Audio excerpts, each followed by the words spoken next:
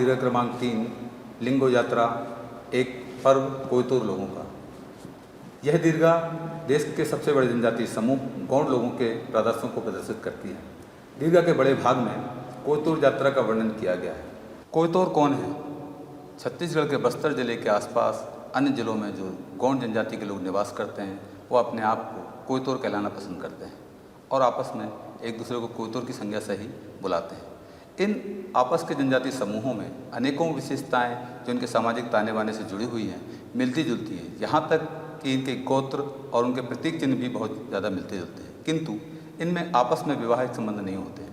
वैवाहिक संबंध इनके द्वारा जाने पहचाने कुछ गांवों तक ही सीमित हैं।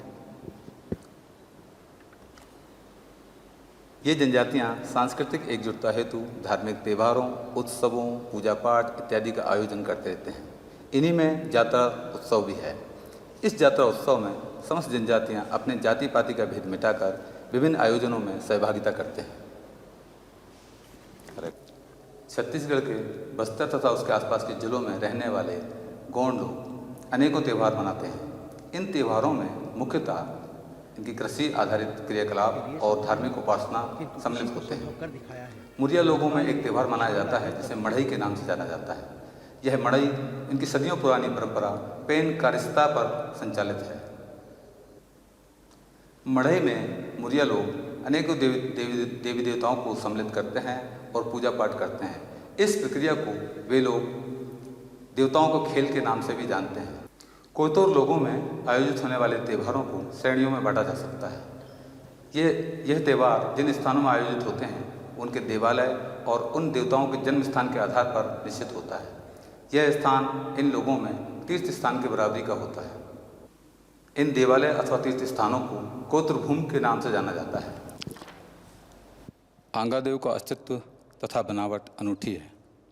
इनका शरीर साज की लकड़ी के समानांतर 3 पार्टों से बना होता है, जिसमें बीच वाला मुख्य देवता को दर्शाता है तथा आजू बाजू के 2 पकड़ने, उठाने तथा कंधे पर रखने हेतु होते हैं। बीच वाली लकड़ी में एक सिर होता है जिसे कोको कहते हैं, जो मिथकी सर्प अथवा चिड़िया पर आधारित है। कभी कभी आंगा के 2 सिर दर्शाए जाते हैं, जैसे उनकी किस्से कहानियों में 2 मुँहे सांपों का जिक्र होता है। मुरिया समाज की पहचान उनमें उपयोगी सुंदर तथा भिन्न प्रकार की कंगियाँ भी हैं। इन्हें स्थानीय बोलचाल में पड़िया कहा जाता है।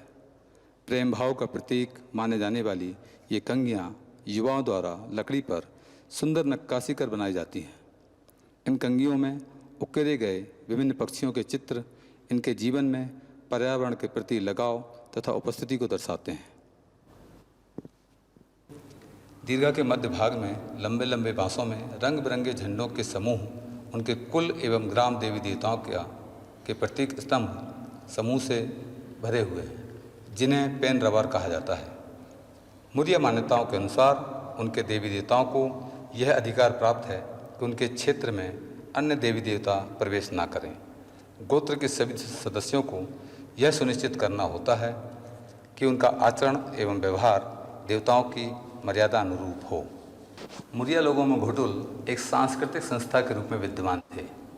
घोटुल में नवयुवक और युवतियां यहाँ रहकर अपनी संस्कृति और उनके पारंपरिक ज्ञान को प्राप्त कर रहे हैं। प्रत्येक युवक और युवती तभी तक घोटुल का सदस्य रह सकता था जब तक कि वह अविवाहित था। विवाहित लोगों के लिए इस घोटुल में कोई स्थान नहीं होता है।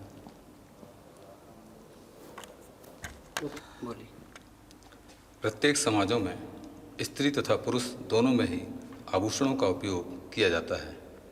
मुरिया अथवा कोयतुर समाज में भी चूड़ियाँ, कंगन, पायल, बाजूबंद, चिमटी, हंसले आदि आभूषणों का उपयोग एक महत्वपूर्ण अवयव है।